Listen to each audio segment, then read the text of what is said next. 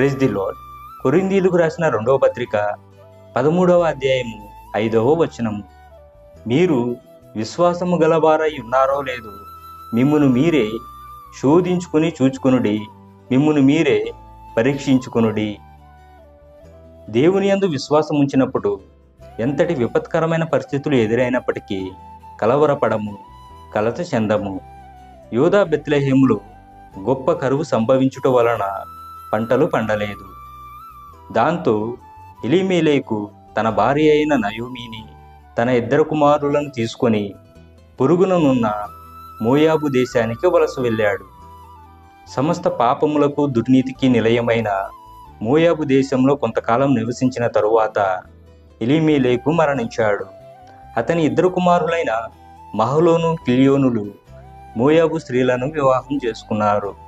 దాదాపు 10 సంవత్సరాల తరువాత ఈ ఇరువురు సంతానం లేకుండానే మరణించారు. నయోమి ఆమె 2 కోడళ్ళు విధవరాలుగా మిగిలిపోయారు. దేవుడు తన ప్రజలను జ్ఞాపకం చేసుకొని వర్షాలను కలుగజేయగా పంటలు విస్తారముగా పండాయని నయోమి తెలుసుకుంటుంది.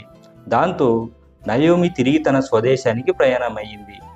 కొండంత ఆశతో పరాయి దేశానికి వలస వెళ్ళిన నయోమి సమస్తాన్ని పోగొట్టుకొని రిక్తురాలుగా దయనీయమైన పరిస్థితుల్లో తన దేశానికి తిరిగి వచ్చింది. దేవుని యందు ప్రియ సహోదరుడా, సహోదరి, నీవు కూడా ఎలీమెలెకు వలె తాత్కాలికంగా ఎదురయ్యే కష్టాలకి, శ్రమలకు భయపడి దేవుని విడిచిపెడుతున్నావా? నీవు ఈ దినమున అనుభవిస్తున్న తాత్కాలికమైన కష్టాలకి, శ్రమలకి తట్టుకోలేక దేవుణ్ణి నిందిస్తున్నావా? దేవునిపైన నీకున్న విశ్వాసాన్ని కోల్పోతున్నావా? విశ్వసించిన వారు కలవరపడరు. నీవు కలవరపడుతున్నావు అంటే నీవు విశ్వాసాన్ని కోల్పోయావు అనే అర్థం. కష్టాలు కలకాలం ఉండవు అని తెలుసుకో. వాటిని తట్టుకొని నిలబడితే 2 మేలులు పొందుకుంటావు అని గుర్తుంచుకో. ఇకనైనా దేవుని పట్ల సంపూర్ణమైన విశ్వాసం కలిగి జీవించు.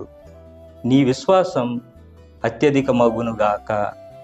దేవుడు నిన్ను, నన్ను, మనందరినీ నిండుగా, మెండుగా, సమృద్ధిగా దీవించునుగాక. ఆమేన్.